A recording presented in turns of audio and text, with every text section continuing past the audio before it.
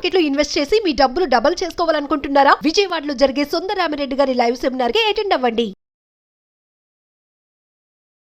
Hello viewers, welcome back to our channel. ప్రస్తుతం మనతో పాటు ఉన్నారు analyst and TEDx speaker doctor Nandi Rameshwar Rao గారు. నమస్తే సార్. నమస్తే. సార్, H1B వీసా, ఈ లాటరీ సిస్టమ్, మనం ప్రీవియస్ చాలా వీడియోస్ చేసాం లాటరీ సిస్టమ్ గురించి. మామూలుగా H1B వీసా 3 రోజుల్లోనే వచ్చేస్తుందని చెప్పేసి ఒక న్యూస్ అయితే మనం వింటున్నాము. ఎలా ఉంటుంది సార్ ప్రాసెస్ ఇది అసలు? అంటే ఈ లాటరీ సిస్టంలో వేయడం వల్ల 3 daysలో నిజంగానే వస్తుందా H1B visa?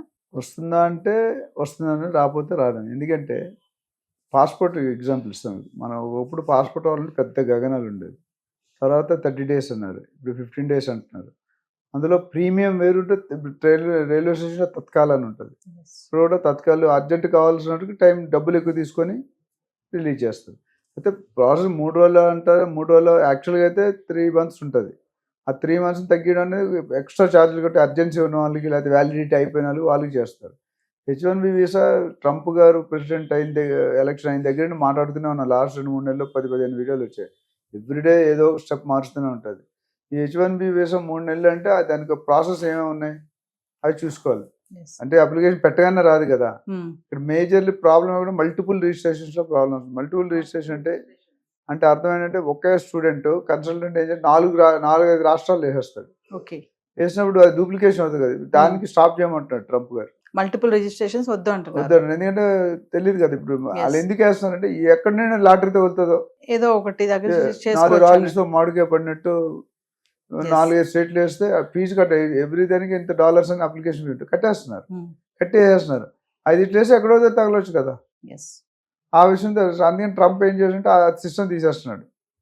They want skilled people, మంచి నాలెడ్జ్ ఉన్న వాళ్ళు కావాలి, అవుట్పుట్ ఇచ్చే వాళ్ళు కావాలి, తక్కువ శాలరీ కావాలి. కోరికలు అయితే బాగానే ఉన్నాయి. కోరికలే గుర్రాలు అయితే సినిమా వచ్చింది. సో కోరికలను but process all the time single time మార్చాలంటే కష్టం. అంటే ఇప్పుడు ఈ మల్టిపుల్ రిజిస్ట్రేషన్ ద్వారా వెళ్ళే వాళ్ళ సంఖ్య ఎక్కువే ఉంటుందంటారా? అక్కడికి వెళ్ళి ఏదో ఒక దాంట్లో చేసేద్దాము. యాక్చువల్లీ అప్లై చేసే వాళ్ళు ఎక్కువ ఉంటారండి, వెళ్ళే వాళ్ళు తక్కువ ఉంటారు. ఎందుకంటే అప్లై చేసిన అందరూ రావాలని లేదు కదా. సో యాక్చువల్లీ లాస్ట్ ఇయర్ చూసుకుంటే రఫ్లీ 2% సక్సెస్ రేట్ ఉంది. అంటే అంతమంది ఫేక్ వెళ్తున్నారు. అది చూసుకోవాలి. ఇప్పుడు అది మనం పెంచుకోవాలి కానీ తగ్గించుకోవద్దు. సో ట్రంప్ అందుకని ఇప్పుడు మనం 98% ఛాన్స్ ఇస్తున్నాం కదా దానికి. అది రేటు కొద్దిగా 2% ఇస్ వెరీ లో. అంటే మన యాక్చువల్లీ ఇండియాకి మంచి నాలెడ్జ్ ఉన్న వాళ్ళు ఉన్నారు, ఐక్యూ ఉన్న వాళ్ళు ఉన్నారు. Every 4th engineer in India in world US is from India. Every 4th engineer from India is from South. Every 4th engineer from South is from United AP Telangana. అంతకుముందు. So మనకు అంత ఖ్యాతి ఉంది, doctors కానీ engineers కానీ. దాన్ని మనం పోగొట్టుకోవద్దు. అంటే కొంతమంది మోజు మీద వెళ్ళిపోతారు. మోజు మీద వెళ్ళినప్పుడు ఇబ్బంది పడతారు. వెళ్ళినప్పుడు బాగానే ఉంటుంది. ఎంటర్ అయిన తర్వాత రౌడ్ మొన్న ఒక క్యాండిడేట్ వెళ్ళాడు, మన అల్లుల తర్వాత దాన్ని తీసి పెట్టేశారు, స్కిల్స్ లేవని. ఈయన ఏం చెప్పి నేను పంపించేస్తాను, మొత్తం టికెట్ కొనిపించేసాడు. ఆయనకు వచ్చే 2-3 లక్షల లాభం కోసం ఒక స్టూడెంట్ జీవితం పాడైపోతుంది. ఎంత ఖర్చు అవుతుంది సార్ H1B వీసా అప్లికేషన్ కానీ, ఆ ప్రాసెస్ కానీ? అంటే డిఫరెంట్ రేట్ ఉన్నాను. ఇప్పుడు $250 అప్లికేషన్ స్టార్ట్ అవుతుంది. ప్రీమియర్ అయితే నేను 1500 అయితే 1500 నుండి 2700 $2800 అయింది. సో ఈచ్ కంట్రీ దానికి ఒక నామ్స్ ముందే చెప్తాడు అనమాట, ఎంత కట్టాలి, ఏం కట్టాలి. చాలా మంది అర్జెంటుగా పోవాలంటే ప్రీమియర్ తీసుకుంటారు. Premier 250 10 times more, 12 times more. అది కట్టుకున్న తర్వాత మళ్ళీ దానిలో నెక్స్ట్ స్టెప్ ఉంటుంది. అంటే H1B వీసా మీద వెళ్ళే వాళ్ళు సార్, అక్కడ అంటే H1B వీసా అంటే దేని గురించి? ఇంకోటి ఏంటంటే H1B వీసాలో కొన్ని మార్పులు అయితే వస్తూనే ఉన్నాయి. చాలా మంది ఏంటంటే అక్కడికి వెళ్ళాక కూడా వేరే వాటిలోకి వెళ్ళడం, ఇప్పుడు మీరు అన్నట్టుగా మల్టిపుల్గా రిజిస్ట్రేషన్ చేసుకొని వెళ్ళడం కానీ, ఇట్లాంటి ఛాన్సెస్ కూడా ఉంటాయి కదా? ఉంటాయి, డెఫినెట్గా ఉంటాయి. అందుకే కదా ఇవన్నీ స్క్రూటినీ జరుగుతుంది. ఇప్పుడు ఏంటంటే అప్లికేషన్ పెట్టగానే ఇల్లు వెళ్ళగానే పండుగ కాదండి. అప్లికేషన్ పెట్టగా దాని లాట్ ఆఫ్ చెక్స్ ఉంటాయి. ఆ చెక్స్లో పాస్ అవ్వాలి. వాళ్ళు ఒక లిస్ట్ ఆఫ్ డాక్యుమెంట్స్ ఇస్తారు. ఆ లిస్ట్ ఆఫ్ డాక్యుమెంట్ తీసుకున్న తర్వాత వెరిఫికేషన్ జరుగుతుంది. వెరిఫికేషన్ తర్వాత ఓకే అనుకుంటే రౌండ్ ఆఫ్ ఇంటర్వ్యూ ఉంటుంది. ఇంటర్వ్యూ తర్వాత employees have to release the document set. తర్వాత అందులో వేజ్ రేట్ అని ఉంటుంది. ఎంత వేజ్ ఇస్తారు, గంటకి ఎంత ఇస్తారు, నెలకి ఎంత ఉంటుంది, ఆ రేట్లు చేయాలి. దాని తర్వాత మళ్ళీ సబ్మిట్ చేయాలి. దాని తర్వాత approval. It's not one step, there are 10-15 steps in the process. అంటే ఈ visa validity sir? Visa validity జనరల్గా అయితే ఫస్ట్ 3 years ఉంటుంది, but extendable up to 6 years. ఇంకొకటి ట్రంప్ చెప్పాడు, టాలెంట్ ఉన్న వాళ్ళు, స్మార్ట్ ఉన్న వాళ్ళే రావాలి. మామూలుగా అమెరికా వెళ్ళిపోవాలని ఆశ కోరిక ఉన్న వాళ్ళందరూ వచ్చేసి ఇక్కడ సస్టైన్ అవడానికి ఛాన్సెస్ లేవు అని చెప్తున్నారు. మరి ఇప్పుడు నడుస్తున్న ఈ క్రమంలో మన వాళ్ళు వెళ్తున్నారంటారా, అయ్యారని అనుకుంటున్నారా మీరు? వెళ్ళడం అంటే ఆగదండి, నడుస్తూనే ఉంటుంది. కొట్టుకున్నట్టు దొరికినట్టు దొరుకుతాడు, దొరకనట్టు దొరకడు. కాకపోతే ఒక 20 years బ్యాక్ ఎంత మోజు ఉందో అంత మోజు అనేది కనిపించింది. ట్రంప్ వచ్చాక ఆ నిరాశలు ఎక్కువ అవుతున్నాయి. అంటే అక్కడ వెళ్ళి కష్టపడి ఇక్కడ పరిగెట్టి పాలు తాగకంటే నిలబడి నీళ్ళు తాగడం మంచి అన్న సామెత ఉంది. అంత కష్టపడి వెళ్ళి అటు దొరికి, ఎందుకంటే టాలెంట్ ఉన్నవాడైతే భయపడ్డండి, టెస్ట్ పెడతారు. ఇప్పుడు ఏం చేసిన స్కూటీనీలో చాలా మంది ఇల్లీగల్ ఉన్నారు. మనం లాస్ట్ టైం వీడియోలో మనం ఇల్లీగల్ అంటే జాబ్స్ లేకుండా, అది క్రైమ్. ట్రంప్ ఏమంటుంటే మీరు రండి, చదువుకోండి, ఓపీటీ చేయండి, వెళ్ళిపోండి. చదువుకున్న తర్వాత 2-3 సంవత్సరాల కంటే ఎక్కువ లేదు. 5 years దాటితే మాత్రం టోటల్గా యూఆర్ అండర్ ప్రాబ్లం, స్కానర్ వచ్చేస్తారు. దాన్ని ఏమంటాడు, చాలా మంది ఉద్యోగం 3000 యూనివర్సిటీలో 2700 ఫేక్ అంటే లో universities where there will be no professors, only lectures ఉంటారు. అక్కడ జాబ్స్ ఇవ్వలేరు. ఈ మిగతా 250-300 యూనివర్సిటీలో ప్రొఫెసర్స్ ఉంటారు. సో ప్రొఫెసర్స్ కింద, అసిస్టెంట్స్ కింద అదే యూనివర్సిటీలో పనిచేయాలి. రూల్ ప్రకారం, లా ప్రకారం they cannot leave the university. So వాళ్ళకి జాబ్ వస్తుంది.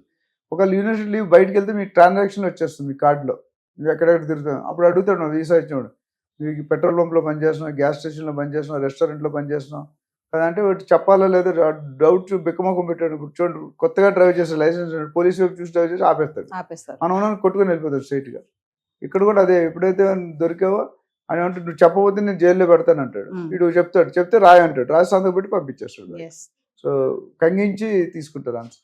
ట్రంప్ తీసుకున్న నిర్ణయాలు సార్, ఇప్పుడు బర్త్ రైట్ సిటిజన్షిప్ రద్దు చేశారు, illegal immigrants part time jobs చేయనివ్వట్లేదు, ఇంకా ప్రభుత్వ ఉద్యోగాల సంఖ్య తగ్గించే ఆ ప్లాన్ లో కూడా ఉన్నారు. అంటే ముందు ముందు ఇంకా వస్తాయంటారా డెసిషన్స్? డెఫినెట్ గా వస్తాయి. ఆయన ఉన్నంతకాలం ఎవ్రీ డే ఎవ్రీ మంత్ ఏదో ఒక అలిజిటీ క్రియేట్ చేస్తాడు.